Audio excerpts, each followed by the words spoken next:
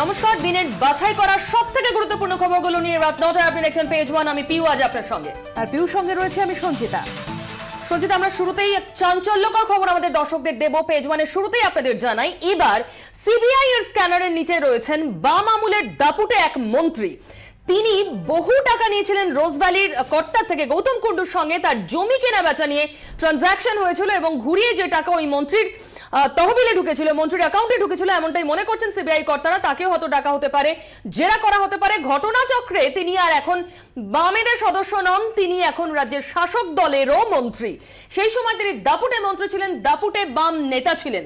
আমাদের প্রতিনিধি এই মুহূর্তে আমার সঙ্গে রয়েছেন, তার সঙ্গে কথা বলবো।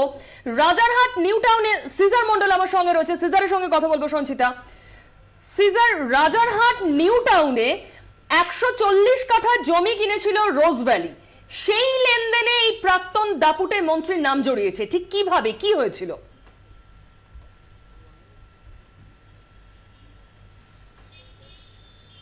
দেখো, রোজভ্যালি নিয়ে যখন এনফোর্সমেন্ট ডিপার্টমেন্ট তদন্ত শুরু করে, সেই তদন্তের সময় কিন্তু রোজভ্যালির এই 140 কাঠা জমি রাজারহাট নিউ টাউন ব্রাডা এলাকায় তারা খুঁজে পান এবং পরবর্তীতে তারা কিন্তু এই জমিটা বাজেয়াপ্তও করেছেন সম্প্রতি।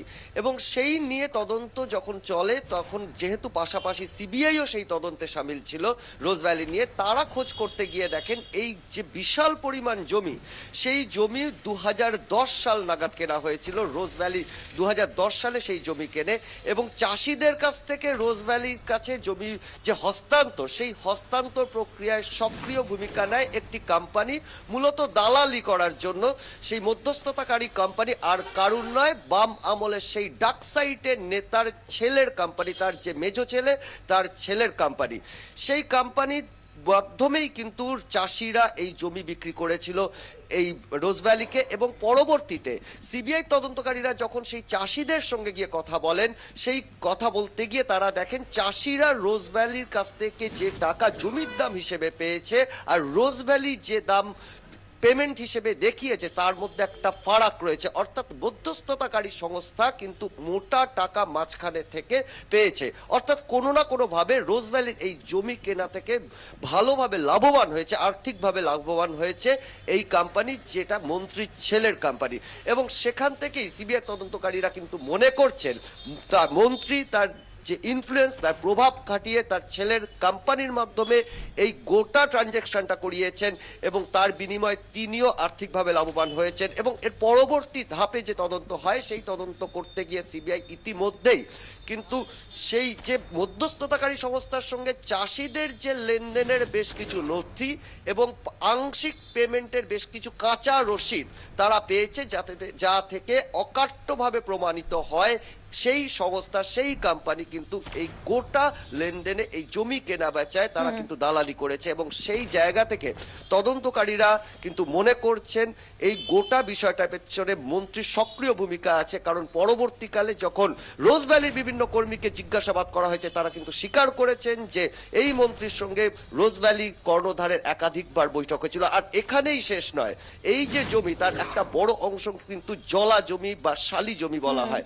সেই জমির চরিত্র পরিবর্তন করতে, নেচার চেঞ্জ করতেও কিন্তু এই মন্ত্রী, বাম আমলের এই দাপুটে মন্ত্রী সাহায্য করেছিলেন। যদিও তখন তিনি কিন্তু মন্ত্রী ছিলেন না, বাম দল থেকে অর্থাৎ সিপিএম থেকে তাকে বহিষ্কার করা হয়েছিল। তারপরও তিনি কিন্তু গৌতম কুণ্ডুকে সাহায্য করেছিলেন জমির চরিত্র পরিবর্তন করতে। অর্থাৎ সরাসরি তিনি কিন্তু এই ডিলের সঙ্গে যুক্ত এবং আর্থিকভাবে লাভবান হয়েছেন।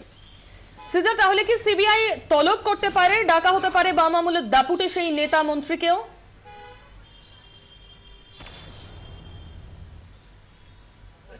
অবশ্যই, কারণ শাসক দল ছাড়াও আমরা প্রথম থেকেই বলছি রোজভ্যালি কাণ্ডে এতটাই বিস্তৃত, রোজভ্যালি কাণ্ড, রোজভ্যালির এই যে প্রতারণা, সেই প্রতারণা এতটাই বিস্তৃত, সেখানে খালি শাসক দল নয়, বিভিন্ন রাজনৈতিক দলের তাবর নেতারা, রাঘব বোয়ালরা কিন্তু এর সঙ্গে যুক্ত। এবং সেই জায়গায় সিবিআই স্পষ্ট ইঙ্গিত যে এক একটা করে চেন তারা কমপ্লিট করার চেষ্টা করছেন।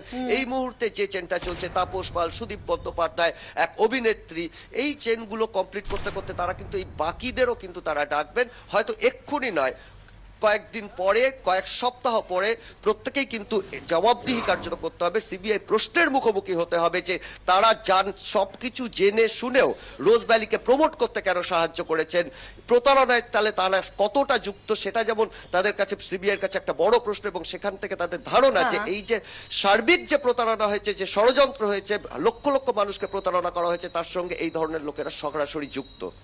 সিজার, অনেক ধন্যবাদ। আরো আপডেটের জন্য আমরা পরে তোমার সঙ্গে যোগাযোগ করব।